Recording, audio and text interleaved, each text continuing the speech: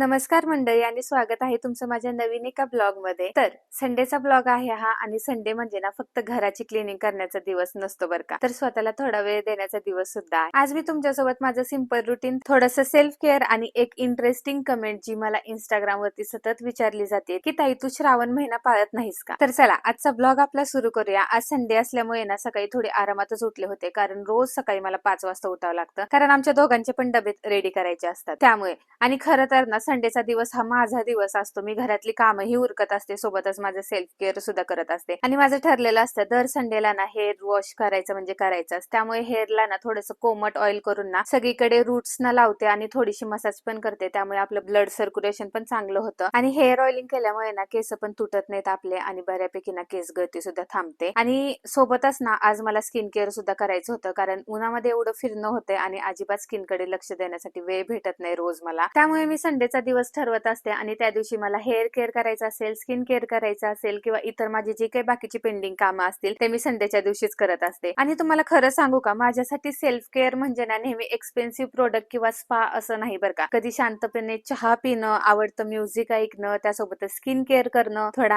आराम करणं किंवा फक्त 15 ते 20 मिनिटांना स्वतःसोबत बसणं, हे सुद्धा सेल्फ केअरच आहे ना। बरं चला, स्किन केअर आणि हेअर केअर वरती मी खूप काही बोलले, आता आपल्या मेन टॉपिक कडे वळूया, ते म्हणजे मला येणारी सततची एकच कमेंट। तर एका व्यक्तीने मला सहज विचारलं की तू श्रावण महिना का पाळत नाहीस। आणि खरं सांगू का, मला या प्रश्नाचं वाईट वाटलं नाही, पण यावर ना माझं मत थोडंसं सांगावंसं वाटलं, त्यामुळे मी या ब्लॉग मध्ये तुमच्यासोबत ते मत शेअर करते। आता माझ्यासाठी श्रावण पाळणं किंवा न पाळणं हा माझा पर्सनल चॉईस आहे।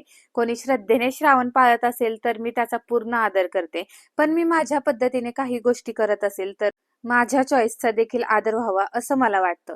माझ्यासाठी देवावरची श्रद्धा ही फक्त एका महिन्यापुरती मर्यादित नाही, श्रद्धा मनात असते, ती फक्त आपल्या लाईफस्टाईल मधून किंवा आपण काय खातो पितो यावर ठरत नाही असं मला वाटतं। आणि मला असंही वाटतं की प्रत्येकाने आपापल्या श्रद्धेनुसार जगावं, पण हे सगळं करत असताना ना दुसऱ्याच्या श्रद्धेचा किंवा दुसऱ्याच्या चॉईसना ना अजिबात जज करू नये। म्हणून मी श्रावण का पाळत नाही, कारण ती माझी पर्सनल चॉईस आहे, एवढंच मला तुमच्यासोबत शेअर करायचं होतं।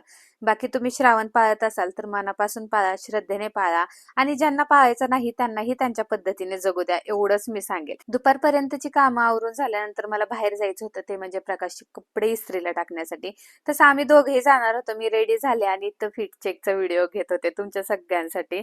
आणि ना फिट चेकचा व्हिडिओ घेत असताना ना प्रकाश घरी असला की मी त्याला मुद्दामून व्हिडिओ मध्ये खेचते, आणि त्याला अजिबात आवडत नाही व्हिडिओ मध्ये येण्यासाठी, इथे पण त्याचं अजिबात लक्ष नव्हतं। आता बाहेर गेल्यानंतर आम्ही त्याचे कपडे इस्त्रीला टाकले आणि त्याच्यानंतर म्हटलं चल कुठं तर फेरफटका मारून येऊया, कारण घरात बसून ना खूप बोर होतं। आणि संडेचा एकच दिवस असतो की जेव्हा आम्ही दोघे ना सोबत घरी असतो। आता संडे होता आणि बाहेर फिरायला गेलो होतो, त्यामुळे येताना नुसतं चिकन घेऊन आलो होतो। आणि सॉरी हा, मला अजिबात जज करू नका, मी ऑलरेडी तुम्हाला सांगितलं की मी श्रावण महिना पाळत नाही आणि मला आज चिकन खायचं खरंच खूप क्रेविंग होत होती, त्यामुळे मग म्हटलं की आपण दोघं मिळून ना स्वयंपाक करूया आज।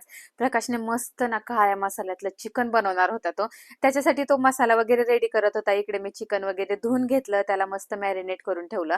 आणि मॅरिनेट करण्यासाठी मी दही वगैरे काही वापरत नाही, आपले जे सुके मसाले असतात ना, धना पावडर, हळद पावडर आणि जिरा पावडर असते आणि मीठ असते, एवढंच मी मॅरिनेट करायला टाकते आणि एक अर्धा तास तरी मॅरिनेट करून ठेवते। चिकन मॅरिनेट करायला ठेवलं तर प्रकाश इकडे मसाला भाजत होता त्याचा। त्यानंतर मी एक कांदा कट केला आणि तेलामध्ये टाकून तो फ्राय केला, त्याच्यानंतर जे मॅरिनेट केलेलं चिकन होतं ते त्याच्यामध्ये ऍड केलं आणि एक ग्लास पाणी टाकून 1-2 शिट्ट्या काढून घेतल्या। शिट्ट्या होत्या ते तोपर्यंत म्हटलं प्रकाशला मसाला बारीक करून द्यावा, आणि माझं भाकरी भात वगैरे सगळं बनवून झालं होतं, त्यामुळे माझ्याकडे काम नव्हतं एक्स्ट्राचं। आणि नॉनव्हेजच्या रेसिपी जेव्हा पण तुम्ही बनवत असाल ना, तेव्हा वाटण एकदम बारीक पेस्ट करत जा, जेणेकरून ना रश्श्याला खूप छान टेस्ट येते। आणि वाटण जेव्हा पण तुम्ही तेलामध्ये परताल ना, तेव्हा तेल सुटेपर्यंत परतवा, त्यामुळे ना ही भाजीला अशी तरी येते आणि टेस्टला सुद्धा भाजी ना अप्रतिम लागते। आणि हो, याची रेसिपी ना मी पूर्ण इंस्टाग्राम वरती अपलोड केलेली आहे, तुम्ही अजूनही बघितली नसेल तर तिथे जाऊन नक्की बघा। इकडे प्रकाशची भाजी झाल्यानंतर मी लगेच भाकरी टाकून घेतल्या होत्या।